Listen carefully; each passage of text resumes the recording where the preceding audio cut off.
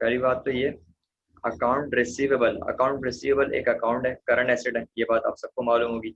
अगर आप inter commerce से हैं या नहीं भी हैं तो अकाउंट रिसीवेबल आपने जब बेसिक अकाउंटिंग पढ़ी होंगी, ठीक है। आप में से मुझे एक बात कंफर्म कर दें कि आप लोग जो बैकग्राउंड है आप लोगों का वो इंटर कॉमर्स का है या फिर इंजीनियरिंग मेडिकल का है, मतलब एक बात मुझे कंफर्म कर दें। अगर आप में से कोई इंजीनियरिंग या मेडिकल बैकग्राउंड का है तो मुझे क्लियर कर दें ताकि मैं उसी हिसाब से जो है क्लास को कंटिन्यू करूँ।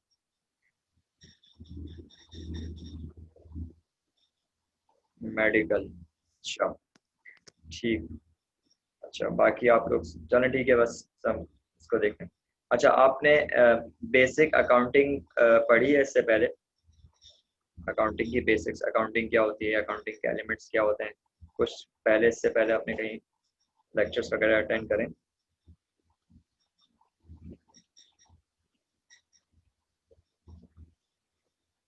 चलो ठीक है, गुड। अच्छा, अकाउंट रिसीवेबल, अकाउंट रिसीवेबल हमारे पास करंट एसिड है। ये हमारे पास उस वक्त जनरेट होता है जब हम क्रेडिट में, उधार में क्या कर रहे होते हैं, सेल कर रहे होते हैं कस्टमर को, ठीक है। उस वक्त एक अकाउंट क्रिएट होता है जिसको हम बोलते हैं अकाउंट रिसीवेबल। ये हमारा कस्टमर के साथ वर्बल प्रॉमिस होता है, जबानी वादा होता है एक तरह से कि भाई आप विद इन 30 डेज ये अमाउंट आप क्या कर देंगे, हमें वापस मतलब पे करेंगे। सही, आपने गुड हमने आपको सेल करी है या सर्विस हमने प्रोवाइड करी है तो इसके अगेंस्ट हमें ये 1 महीने के अंदर इसकी पेमेंट आप कर देंगे, ये हमारा अकाउंट रिसीवेबल होता है। अब सारी बात ये है कि अकाउंट रिसीवेबल की हम वैल्यूएशन कर क्यों रहे हैं, क्वेश्चन ये। हम अकाउंट रिसीवेबल की वैल्यूएशन इसलिए कर रहे हैं क्योंकि जब हमारा फाइनेंशियल ईयर एंड होता है तो उस डेट पर हमें अपनी फाइनेंशियल स्टेटमेंट्स बनानी होती हैं, जिसमें हम इनकम स्टेटमेंट बनाते हैं और बैलेंस शीट वगैरह बना रहे होते हैं। तो हमें इनकम स्टेटमेंट और बैलेंस शीट क्योंकि बनानी है ईयर एंड पर, जब हमारा अकाउंटिंग ईयर एंड होगा तो उस डेट पर हमें अपने फाइनेंशियल एसेट्स यानी हमारे एसेट्स कितनी वैल्यू के मौजूद हैं ईयर एंड पर, वो हमें मालूम करने। तो वो मालूम करने के लिए हमें अकाउंट रिसीवेबल की फाइनल पोजीशन पता होनी चाहिए कि ईयर एंड पर हमारा अकाउंट रिसीवेबल कितना है, यानी कस्टमर से हमें कितना पैसा रिसीव करना है, सही, जो हमने उधार पे उनको सेल करा है। एक बात ये हुई। अच्छा, इसके अलावा होता ही है कि हमने नॉर्मल बिजनेस प्रैक्टिस में हम इस बात को देखते हैं कि जब कस्टमर उधार पे हमसे परचेज करता है, चीज़ उधार पे सेल करते हैं हम उसको, तो होता क्या है कि कुछ कस्टमर्स जो है वो डाउटफुल होते हैं, वो हमें पैसे रिकवर नहीं हो पाते हमें, सही। तो हम उसके लिए क्या करते हैं, एक तरीका तो ये, दो ऑप्शन है हमारे पास। एक तरीका तो ये कि भाई उस कस्टमर का रिकॉर्ड अपने पास से बिल्कुल फौरन से मिटा दें, इसको हम बोलते हैं डायरेक्ट राइट ऑफ मेथड, सही। हम बोलते हैं कि भाई इस कस्टमर से तो पैसे मिलने ही नहीं है, इसका रिकॉर्ड तो अपने पास से क्या कर दो, खत्म कर दो। तो इसको बोलते हैं direct right of method. Direct right of method में हम अकाउंट रिसीवेबल, जिस कस्टमर से हमें पैसे लेने होते हैं उस कस्टमर का रिकॉर्ड ही अपने पास से क्या कर देते हैं, खत्म कर देते हैं। दूसरा मेथड होता है अलाउंस मेथड। अलाउंस मेथड में हम क्या करते हैं, हम कहते हैं अपने पास एक प्रोविजन बनाते हैं, एक एस्टिमेट बनाते हैं अपने पास, कि कहते हैं कि भाई देखो, अगर हमारी 5 लाख की सेल है या फॉर एग्जांपल 10 लाख की सेल है, जितनी की भी सेल है हमारी, तो क्रेडिट पर जो हमने उधार पर सेल करी है, उस क्रेडिट सेल्स का हम कहते हैं 1%, 2% सेल्स का परसेंटेज ले लेते हैं या अकाउंट रिसीवेबल का परसेंटेज ले लेते हैं। अभी हम आगे आएंगे तो अकाउंट रिसीवेबल का परसेंटेज कब लेते हैं और सेल्स का परसेंटेज कब लेते हैं वो मैं आगे आपको बता दूंगा। लेकिन हम क्या करते हैं, अपने पास एक प्रोविजन क्रिएट करते हैं कि भाई इतना परसेंट डाउटफुल है, कि इतना परसेंट हमें रिसीव, 2% या 5% या 3%। ये परसेंटेज कैसे डिसाइड होती है, ये परसेंटेज ऐसे डिसाइड होती है कि हम अपने प्रीवियस रिकॉर्ड्स को देखते हैं कि भाई हमारा पिछले दफ़ा इतना रिसीवेबल था तो उसमें से इतने कस्टमर जो है वो डाउटफुल हो गए थे, उन्होंने उनसे हमें पैसे रिसीव नहीं हो सके थे, सही। तो हम वहाँ से अपना परसेंटेज क्या करते हैं, ड्राइव कर लेते हैं। और अगर फॉर एग्जाम्पल हमारा न्यू बिजनेस है, अब न्यू बिजनेस है तो हमारे पास प्रीवियस रिकॉर्ड तो कोई होगा नहीं, तो हम क्या करते हैं, जो हमारे कंपटीटर्स होते हैं उनकी फाइनेंशियल रिपोर्ट्स को देखते हैं और उनको देखते हैं कि भाई वो अपने इस मामले में, इस बिजनेस में कस्टमर किस तरीके से डील कर रहा होता है, उसकी परसेंटेज को हम ले रहे होते हैं, सही। ये हमारे पास सेकंड ऑप्शन होता है। या फिर हम अपने ही आइडिया से क्या करते हैं, अपने पास एक प्रोविजन, एक एस्टिमेट मेजर करते हैं कि भाई 2%, 1% क्या होगा या 5% डाउटफुल होगा, उसको रिकॉर्ड कर होते हैं। अब ये जो डाउटफुल होता है या डायरेक्ट राइट ऑफ हो जाता है, ये हमारा तरह से क्या होता है, एक्सपेंस होता है, क्योंकि हमारा एक रिसीवेबल था जो हमें अब नहीं मिलना, इसका मतलब ये क्या हो गया, एक्सपायर हो गया। तो ये एक्सपेंस भी हमें अपनी इनकम स्टेटमेंट में प्रॉफिट एंड लॉस निकालने के लिए दिखाना पड़ता है, तो वो एक्सपेंस की कैलकुलेशन भी हम यहीं पर ही सीखेंगे, सही। अच्छा, अब इस क्वेश्चन में कुछ होती हैं जर्नल एंट्रीज। अगर हम वो जर्नल एंट्रीज ही बहुत अच्छे से करके आते हैं ना, 20 मार्क्स का अगर क्वेश्चन, तो वो जर्नल एंट्रीज भी अगर हमने सही तरीके से कर दी उसको तो 10 मार्क्स तो कहीं नहीं गए, ठीक है। और बीकॉम पार्ट 1 में अकाउंटिंग का पेपर क्लियर करना कोई मुश्किल बात नहीं है, क्योंकि मैं भी प्री इंजीनियरिंग बैकग्राउंड से हूँ, उसके बाद मैंने बीकॉम किया था। तो और अगर आप कुछ टॉपिक्स हैं, जैसे मैं अभी आपको, जैसे मैंने इन्वेंट्री वैल्यूएशन का टॉपिक आपको इनिशियली करवाया, तो मैंने भी जब अकाउंटिंग स्टार्ट करी थी तो हमारे सर ने भी बेसिक अकाउंटिंग के बाद फॉरन में इन्वेंट्री वैल्यूएशन का टॉपिक करवाया था, क्योंकि वो ऐसा टॉपिक है जो कॉमर्स बैकग्राउंड है या मेडिकल बैकग्राउंड है वो भी आराम से क्या करता है, समझ सकता है। और उसके बाद हमने अकाउंट रिसीवेबल और डेप्रिसिएशन करे थे, तो मतलब ये वो एरियाज हैं जिनको कोई भी आराम से इसको समझ सकता है, क्योंकि इसमें जर्नल एंट्रीज वगैरह इतनी ज़्यादा नहीं आ रही। लेकिन अकाउंट रिसीवेबल के क्वेश्चन में क्योंकि जर्नल एंट्रीज आती है लेकिन वो बेसिक्स वाली होती है, आराम से बंदा समझ सकता है, ठीक है। बस इसमें कैलकुलेशन, बैड डेट्स की जब कैलकुलेशन करते हैं एक्सपेंस की, वहाँ थोड़ा सा ट्रिकी है, और वो हमें बस याद रखना होता है, ठीक है। बाकी तो इस क्वेश्चन में और कुछ भी नहीं है, और बहुत आराम से आपके सर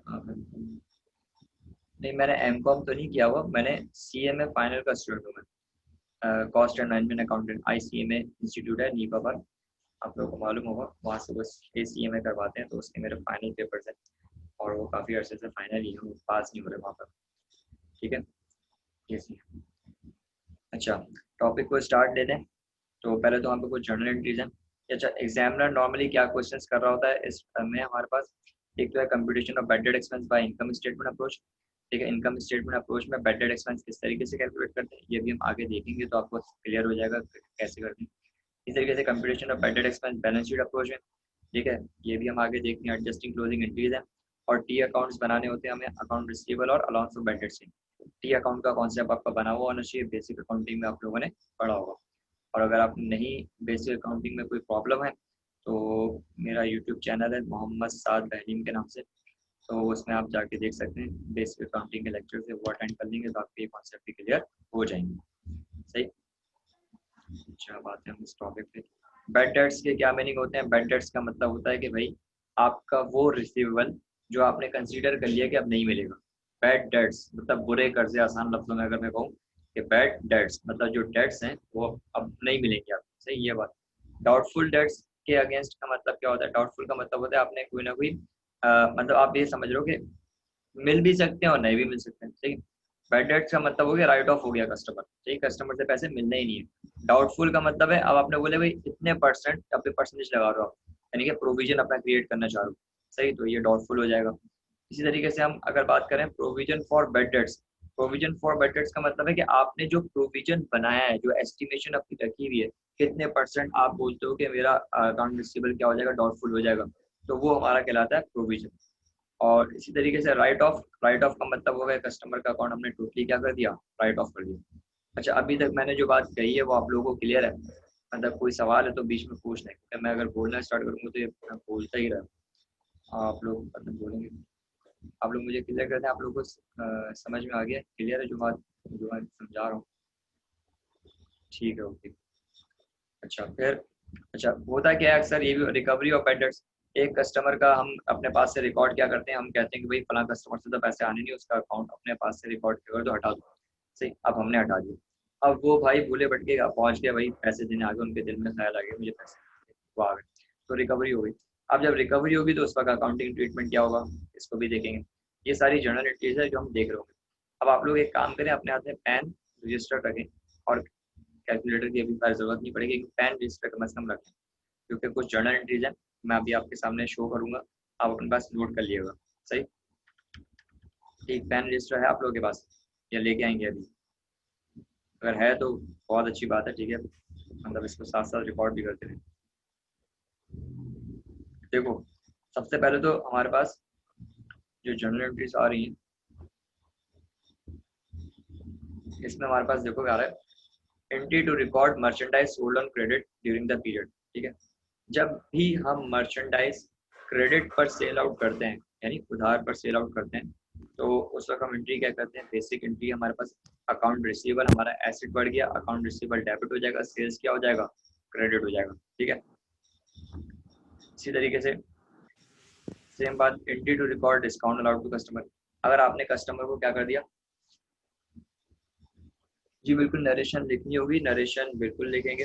जो भी ट्रांजैक्शन जर्नल एंट्री अगर आपसे सवाल में मांगी है तो एक बात बिल्कुल क्लियर अपने दिमाग में बिठा लें कि जब आप एग्जाम में जर्नल अटेम्प्ट करते हैं तो भाई प्रॉपर जर्नल का जो स्केच बनता है ना वो बनेगा, ठीक है।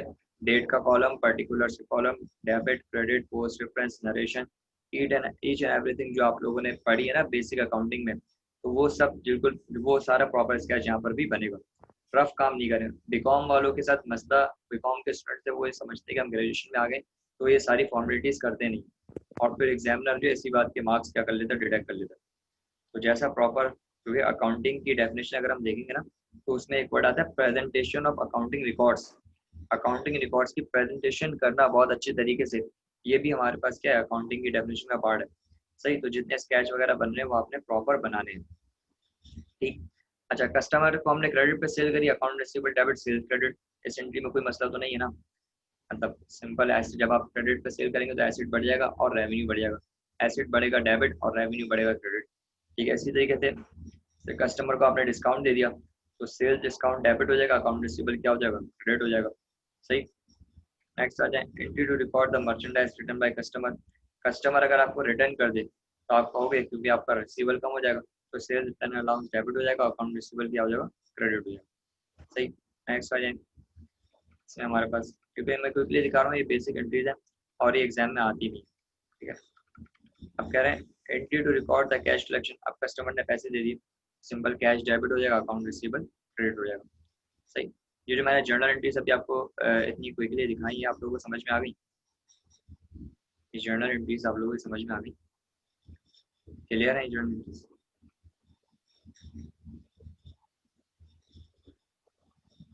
जी, एंट्रीज क्लियर है आप लोग? ठीक है, चलिए अब यहाँ देखें, entry to record promissory note receive from customer against credit sales, ठीक है। अब इसको समझ लें। देखो, एक होता है जो हम अकाउंट रिसीवेबल की मैंने बात करी ना, अकाउंट रिसीवेबल होता है हमारा वर्बल प्रॉमिस, ठीक है। हमने अपने कस्टमर से ज़बानी वादा करा है और कस्टमर ने हमसे ज़बानी वादा करा हुआ है कि भाई वो 1 महीने में पैसे हमें दे देगा। सही। अब होता क्या है, कस्टमर क्योंकि 1 महीने पेमेंट नहीं कर पाता, या उसको पता होता है कि मैं 1 महीने में पैसे नहीं दे सकूँ, वो कहता है मैं रिटर्न प्रॉमिस कर लेता हूँ आपसे, यानी नोट रिसीवेबल की तरफ जाने की कोशिश करता है। और नोट रिसीवेबल का टाइम पीरियड 3 मंथ्स तक का होता है। सही। तो बोलता है जो मेरा अकाउंट रिसीवेबल है ना उसको कन्वर्ट करवा दो किसमें, नोट रिसीवेबल। तो हम कहते हैं ठीक है, नोट रिसीवेबल हम डेबिट कर देते हैं, अकाउंट रिसीवेबल हम क्या कर देते हैं, क्रेडिट कर देते हैं। यानी जो वर्बल प्रॉमिस था वो कन्वर्ट हो गया किसमें, रिटन प्रॉमिस। बात समझ में आई? ये एंट्री क्लियर है?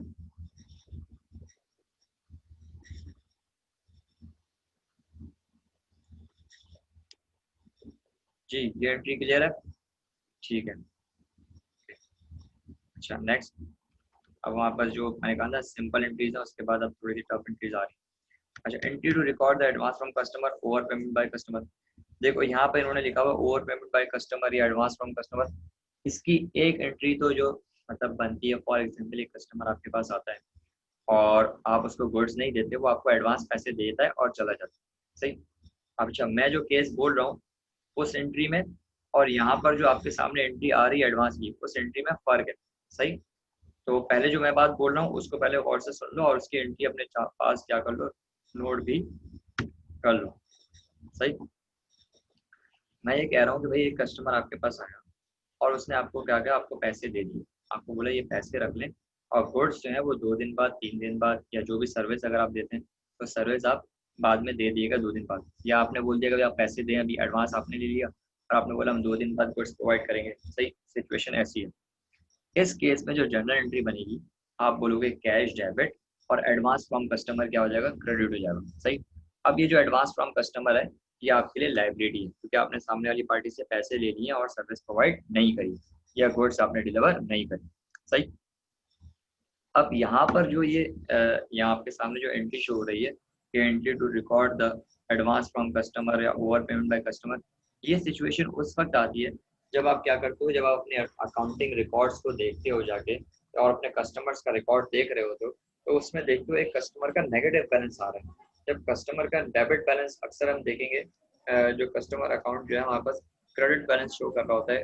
आप अक्सर क्वेश्चन में अभी अकाउंट रिसीवेबल के जब क्वेश्चन करेंगे तो वहाँ मैं आपको दिखाऊंगा ये वाला केस जो यहाँ इन्होंने लिखा हुआ है कि अकाउंट रिसीवेबल डेबिट होगा, एडवांस में कस्टमर क्या होगा, क्रेडिट होगा। सही। तो इस केस में फॉर एग्जाम्पल अगर क्वेश्चन में हमारे पास कहीं पर ऐसा लिखा आ जाए कि customer having credit balance in his account, अगर किसी कस्टमर का हमारे पास क्रेडिट बैलेंस शो हो रहा है, इस बात का मतलब ये कि अकाउंट रिसीवेबल का नेगेटिव बैलेंस शो हो रहा है उस कस्टमर के अकाउंट में, तो हम क्या करेंगे उसकी एंट्री, उसको पॉजिटिव करने के लिए अकाउंट रिसीवेबल डेबिट कर देंगे और एडवांस में कस्टमर क्रेडिट करेंगे। ठीक है, एंट्री क्लियर होगी आप लोगों को?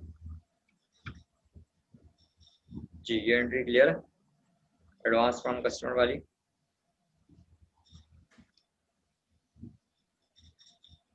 जी एडवांस फ्रॉम कस्टमर, ठीक है ओके। चलिए, और किसी को क्लियर ना हो तो वो मुझे टेक्स्ट कर दे चैट में, या माइक ऑन है तो उसमें बता दो। ठीक। अच्छा अब आ जाते हैं हम entry to record write off customer. ठीक है, अब हमने कहा फॉर एग्जांपल एक कस्टमर है उससे हमें पैसे नहीं मिल रहे। ठीक है, अब अभी हम थोड़ी देर के लिए मान रहे हैं कि भाई हम जो सिस्टम यूज़ कर रहे हैं ना, हम अलाउंस मेथड यूज़ करते हैं अपने अकाउंट रिसीवेबल के अकाउंट अकाउंट रिसीवेबल के बैलेंस की वैल्यूएशन के लिए। ठीक है, अब हमने ये अपना प्रोविजन बनाया हुआ है। जब हम अलाउंस मेथड यूज़ करते हैं, अलाउंस मेथड का मतलब है कि हमारी हमारी नॉर्मल प्रैक्टिस है कि हम अपने अकाउंट रिसीवेबल में कुछ ना कुछ डाउटफुल पहले से परसेंटेज बना के रखते हैं कि इतने परसेंट कस्टमर हमारा क्या कर देगा, डाउटफुल कर जाएगा। सही, तो हम अगर अलाउंस मेथड यूज़ कर रहे हैं और अलाउंस मेथड में राइट ऑफ का केस आ जाता है, नॉर्मली एग्जाम में हमारे पास जो क्वेश्चन आता है वो राइट अलाउंस मेथड का ही होता है। सही, और अलाउंस मेथड में जब हम राइट ऑफ करते हैं तो हम कहते हैं अलाउंस फॉर बेडर्स डेबिट और अकाउंट रिसीवेबल क्या कर देते हैं, क्रेडिट कर देते हैं। सही। अच्छा अब हमारे पास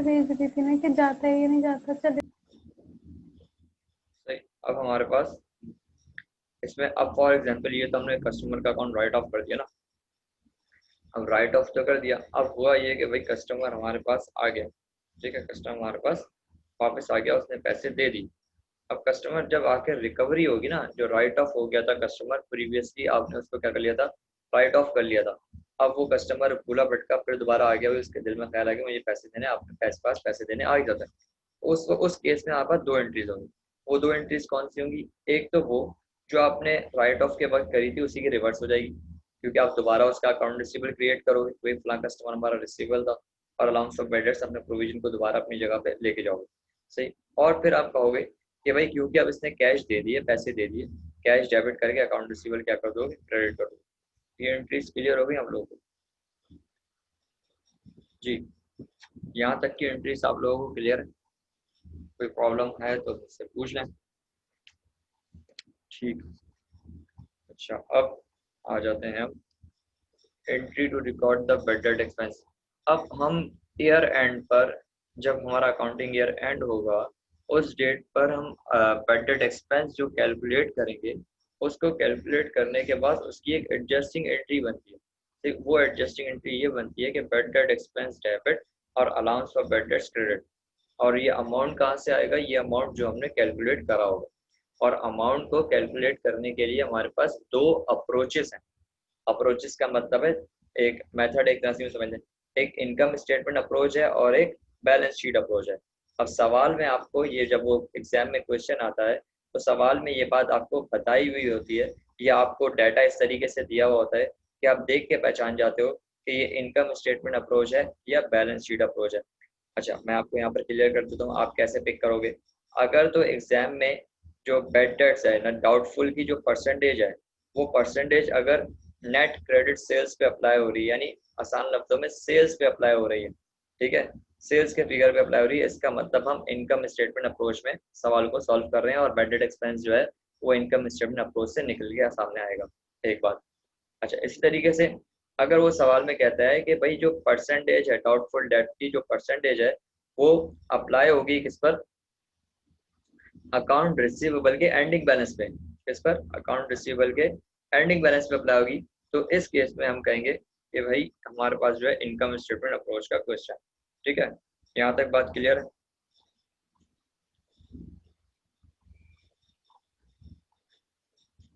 जी यहाँ तक क्लियर है आप लोगों को?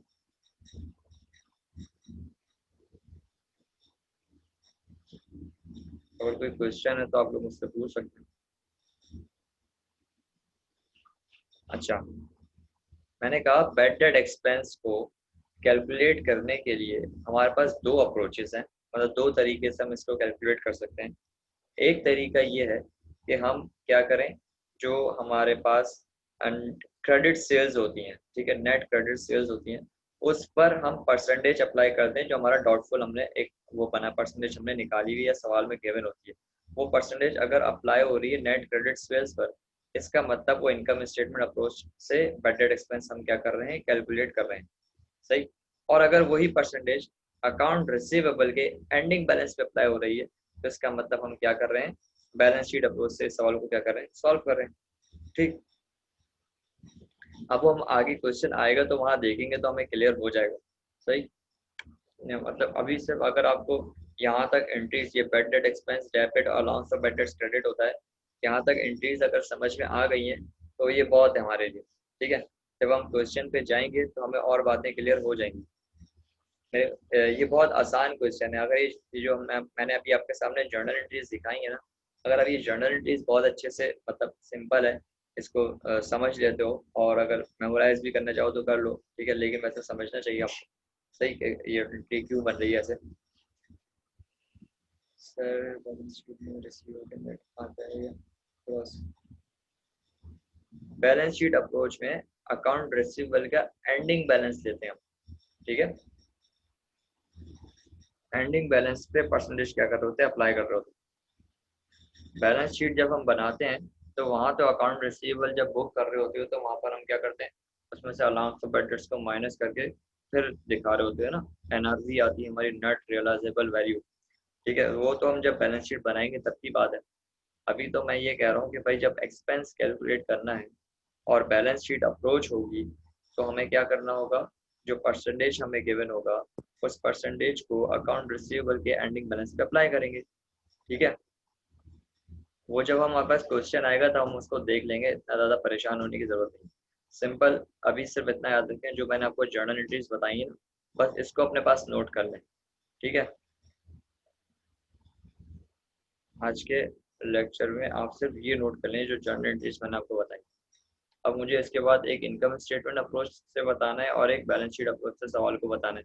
ठीक है, वो इंशाल्लाह हम कल के लेक्चर में देखेंगे।